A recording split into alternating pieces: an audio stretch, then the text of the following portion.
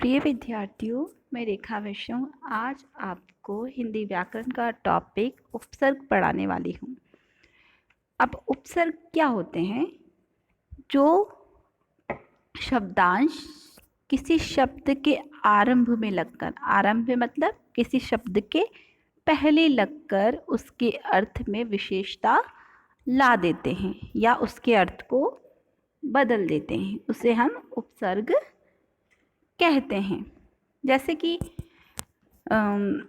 ईमान शब्द के प्रारंभ में बे जोड़कर बेईमान, ठीक है, और अंत में दार जोड़कर ईमानदार शब्द बना सकते हैं। ठीक है, जो शब्दांश शब्द के आगे लगेगा उसे हम उपसर्ग कहते हैं। जैसे सत्य शब्द से पहले यदि हम अशब्दांश लगा देंगे तो बनेगा असत्य। ठीक है, जो असत्य शब्द है उसमें उपसर्ग क्या हो गया? अ, क्योंकि अ शब्दांश लगते ही शब्द के अर्थ में परिवर्तन हो गया, शब्द का अर्थ क्या हुआ? बदल गया। ठीक है, तो जो शब्दांश शब्द के प्रारंभ में लगते हैं, शुरुआत में लगते हैं, वे शब्द उपसर्ग कहलाते हैं। जैसे कुछ उदाहरण यहाँ पर दिए गए हैं। जैसे कि प्र उपसर्ग है, उसमें मूल शब्द हमने क्या जोड़ दिया? गति, तो क्या बन गया? प्रगति। तो प्रगति शब्द में कौन सा उपसर्ग हो गया? प्र, और मूल शब्द क्या हो गया? गति। ला पता, ला क्या है आपका? उपसर्ग, पता क्या है आपका? मूल शब्द। इससे नवनिर्मित शब्द कौन सा बना? लापता। तो लापता शब्द में कौन सा उपसर्ग हो गया? ला। अवगुण, ठीक है, अव क्या है आपका? उपसर्ग, गुण क्या है आपका? मूल शब्द, क्या बन गया? अवगुण। जो अव शब्द है वो क्या होगा आपका? उपसर्ग।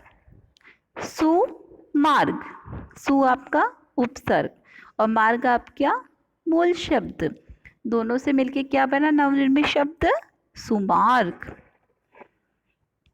हिंदी में उपसर्ग को 4 भागों में विभाजित किया गया है। सबसे पहले संस्कृत के उपसर्ग, हिंदी के उपसर्ग, उर्दू के उपसर्ग, इसे हम आगत या विदेशी उपसर्ग भी बोल सकते हैं। और अगला है उपसर्ग की तरह हिंदी में प्रयुक्त होने वाले संस्कृत के अव्यय। तो उपसर्ग के कितने भाग बताए गए हैं? 4 भाग बताए गए हैं। सबसे पहले पढ़ेंगे हम संस्कृत के उपसर्ग। जैसे जैसे अभाव, अमर, अज्ञान। ठीक है, अ का अर्थ होता है अभाव। ठीक है, तो अभाव शब्द में कौन सा उपसर्ग हुआ? अ। अधि, अधि मतलब होता है श्रेष्ठ, ऊपर। अधिनायक, अधिपति, अधिकार। अब आपसे प्रश्न पूछ लिया जाए कि अधिनायक में कौन सा उपसर्ग है? तो अधि उपसर्ग है। क्वेश्चन कैसा भी बन सकता है, आपसे क्वेश्चन ये भी पूछ लिया जा सकता है कि अधि शब्द, अधि उपसर्ग से शब्द बनाइए, या फिर आपको कुछ शब्द दिए जा सकते हैं, उसमें पूछा जा सकता है कि इस शब्द में कौन सा उपसर्ग है। तो आपको दोनों तरीके से आना चाहिए। अभी, अभिमान, अभिमन्यु। अभि मतलब और या इच्छा प्रकट करना। अनु, पीछे, समान इसका अर्थ है। अनुकूल, अनुमान, अनुशासन। अब, हीनता या बुरा। अपयश, अपमान, अपशब्द। अव, पतन, अनादर, अवगुण, अवतरण, अवनति। आ, और या उल्टा, आजन्म, आजीवन, आगमन। उप, निकटता और सहायक। उपकार, उपयोग, उपचार। दूर मतलब बुरा या हीन। दुर्जन, दुर्गम, दुर्दशा। तो ये सभी जो उपसर्ग है ये संस्कृत के उपसर्ग हैं। आगे दुस यानी दुष्ट या कठिन, दुस्साहस, दुष्कर्म, दुष्चरित्र। निर्धन, निर्जन, निर्बल। अब देखो यहाँ पे जो निर्धन, निर्जन, निर्बल है, तो यहाँ पर नी उपसर्ग नहीं होगा। क्यों? जब आप उसका उच्चारण करेंगे तो आपको र की ध्वनि आएगी। ठीक है, आधे र की। तो जिसमें उपसर्ग शब्द होगा वो निर होगा। ठीक है, नी यानी रहित, बिना। निडर यानी बिना डर के, निबंध निपुण। नेक्स्ट है आपका परा, परा मतलब उल्टा या पीछे, पराधीन, पराक्रम और पराजय। नेक्स्ट है आपका परि, मतलब चारों ओर, पूर्ण, परिश्रम, परिक्रमा, परिवेश। प्र, विशेष या आगे, प्रचार, प्रगति और प्रयोग। इस प्रकार ये सारे क्या है, संस्कृत के उपसर्ग हैं। नेक्स्ट हम पढ़ेंगे हिंदी के उपसर्ग। अ अर्थ है अभाव, अज्ञान, अलौकिक, अथाह। अन निषेध के अर्थ में, मतलब मना के अर्थ में होता है, अनपढ़, अनहोनी, अनबन। अध आधे के अर्थ में, अधखिला, अधमरा, अधपका। ठीक है, अधखिला मतलब आधा खिला हुआ, अधमरा मतलब आधा मरा हुआ। तो अध का अर्थ क्या होता है, आधे के अर्थ में। नि मतलब अभाव और निषेध। इससे शब्द हैं निडर, निहत्था। भर का मतलब होता है ठीक या पूरा, भरपूर, भरपेट, भरकर। क या कु मतलब होता है बुरा, कपूत, कुकर्म, कुसंग। ठीक है, कपूत मतलब बुरा पुत्र, कुकर्म मतलब बुरे कार्य, कुसंग मतलब बुरी संगति। तो क या कु का अर्थ बुरे के अर्थ में लिया जाता है। उन एक कम, जैसे 59, 29, 49। पर, पराया, दूसरा, परदेश, परलोक। अब आपसे क्वेश्चन पूछ लिया जाए कि परदेश में कौन सा उपसर्ग है, कौन सा उपसर्ग है, पर।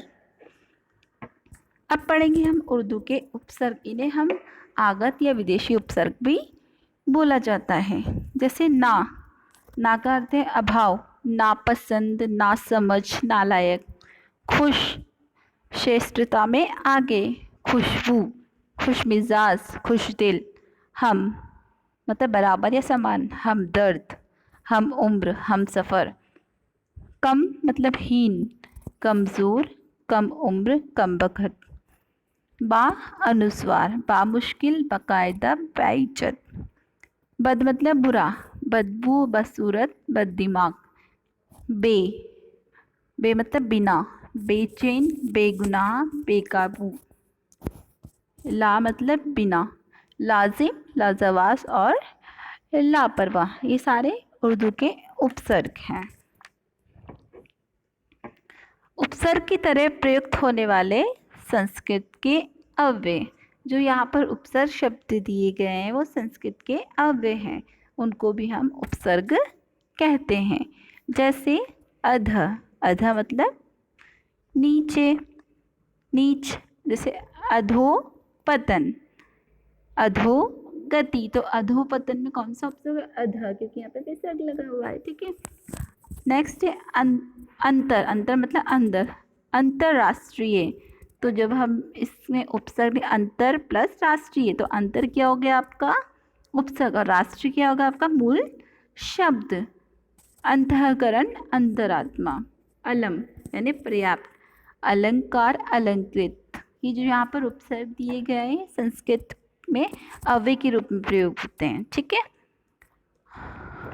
नेक्स्ट है आपका आवि यानी प्रकट, आविष्कार और आविर्भाव। तो आज हमने बच्चों उपसर्ग के बारे में पढ़ा, जो शब्दांश शब्द के आगे लग के उसके अर्थ में परिवर्तन कर देते हैं या नए नए शब्दों की रचना करते हैं, उसे हम उपसर्ग कहते हैं। धन्यवाद।